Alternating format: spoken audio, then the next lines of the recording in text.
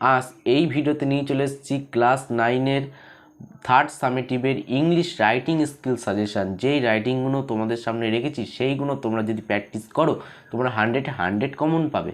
এবং 3টে রাইটিং আমি রেখেছি, paragraph writing, 2 notice writing, 3 letter writing. এই কটা তোমাদের সামনে রেখেছি। আর এখান থেকে 5 থেকে 7টা টোটালে রাইটিং রেখেছি। সেইগুলো তোমরা যদি একটু ভালো করে পড়ো তোমাদের 9-এর থার্ড সামেটিভে অর্থাৎ অ্যানুয়াল এক্সামে যে রাইটিং দেবে তোমরা ওখানে 30-এ 30 তোমরা রাইটিং ওখানে লিখে আসতে পারবে।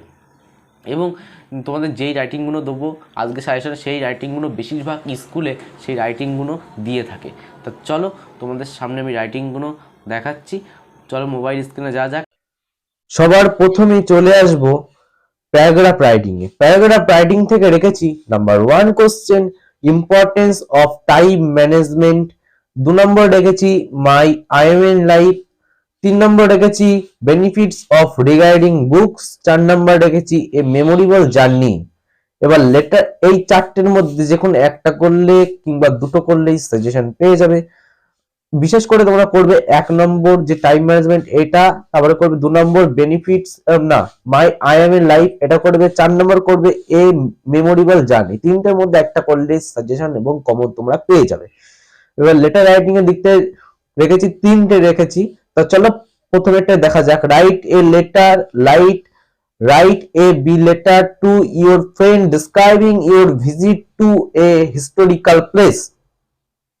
এটা করবে। 2 নম্বর রেখেছি write a letter to the editor of a news paper about the need for a clean lines in your locality.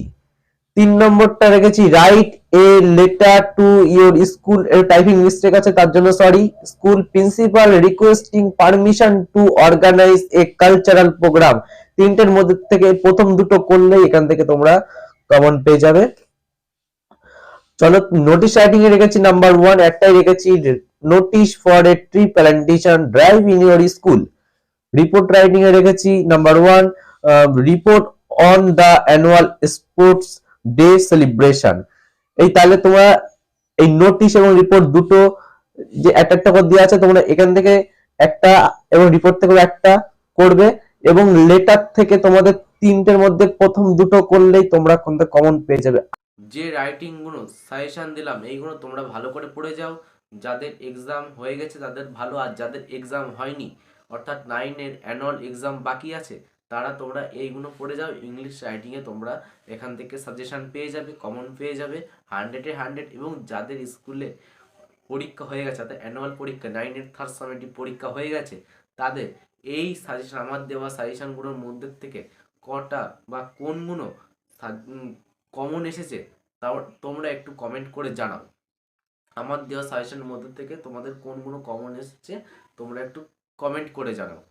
আর ধন্যবাদ সময় দিয়ে ভিডিওটা দেখার জন্য।